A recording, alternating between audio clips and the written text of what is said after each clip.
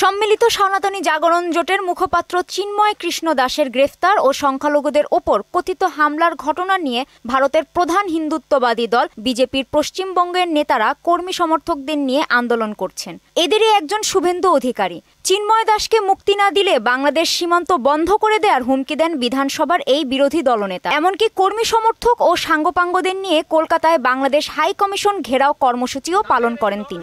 ভারত বিরোধী কথা বলা বন্ধ করুন। তার এমন আচরণের কড়া প্রতিক্রিয়া জানিয়েছেন বাংলাদেশের সাধারণ মানুষ। প্রতিবেশী দেশের একটি বিচারাধীন বিষয়ে রাজ্যের কোনো বিরোধী নেতার এমন উচ্ছৃঙ্খল আচরণ ঠিক নয় বলে মনে করেন তারা। ভারত যেটা চাচ্ছে আমাদের বাংলাদেশকে ঘেরাও করার জন্য, সীমান্ত ঘেরাও করার জন্য, এটা আমরা বাংলাদেশ তো এটা আমরা কখনো মেনে নেব না। মুখে একজন বললো যে এটা বাংলাদেশের সীমান্ত অতিক্রম বন্ধ করে দিবে, কিন্তু এটা তো মুখে বললেই হয়ে যাবে না। চিন্ময় দাস সে যদি দোষী হয় তাহলে আমাদের আইন আদালত আইনি প্রক্রিয়া সে এটাকে প্রুভ করুক। এইভাবে তো একটা রাজনৈতিক বা আপনি সাম্প্রদায়িক ইস্যু নিয়ে মন্তব্য করা ঠিক হয় না। ইন্ডিয়া সরকার তো কোনো আর কথা বলেনি, এটা ওনার একান্ত ব্যক্তিগত, উনি ব্যক্তিগতভাবে হয়তো ওনার নিজ থেকে সেই কথাটা বলছে। 28টি রাজ্য ও কেন্দ্রশাসিত অঞ্চলের বিশাল দেশ ভারতের রাজধানী দিল্লি। ফলে আন্তর্জাতিক কোনো বিষয় কেবল কেন্দ্রীয় সরকারের মতামত জানানোর এখতিয়ার আছে বলে মনে করেন বিশেষজ্ঞরা। দিল্লি থেকে কিন্তু এই ধরনের কোনো ইনসেন্ডিয়ারি বা উত্তেজক কোনো কথা কিন্তু বলা হয়নি। সেক্ষেত্রে আমার মনে হয়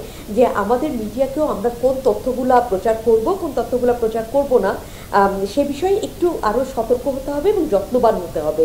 ব্যক্তিগত স্বার্থ হাসিলের জন্য শুভেন্দু অধিকারী বাংলাদেশের বিষয় অহেতুক নাক গলাচ্ছেন বলে মনে করেন অধ্যাপক লাইলুফার ইয়াসমিন। সুদবিহীন ব্যাংকিং এ আত্মশুদ্ধির পথ এনআরবিসি ব্যাংকের ইসলামিক ব্যাংকিং আল আমিন। বাংলাদেশের তারা এটা ঘেরাও করবেন সীমান্ত, কিন্তু তাদের কি সেই ক্যাপাসিটি আছে, তাদের কি সেই বলবার অধিকার আছে, বা তারা কি শুধুমাত্র জনপ্রিয় হবার কারণে এই কথাটি বলছেন? সেই অ্যানালাইসিসটা আমার মনে হয় সাথে সাথে যোগ করা উচিত যে তিনি শুধুমাত্র তার একটি রাজনৈতিক ইচ্ছা প্রতিফলন করছেন এবং সেটা হচ্ছে তার ভোট ব্যাংকের কাছে নিজের অ্যাপিলটা বাড়ানোর জন্য।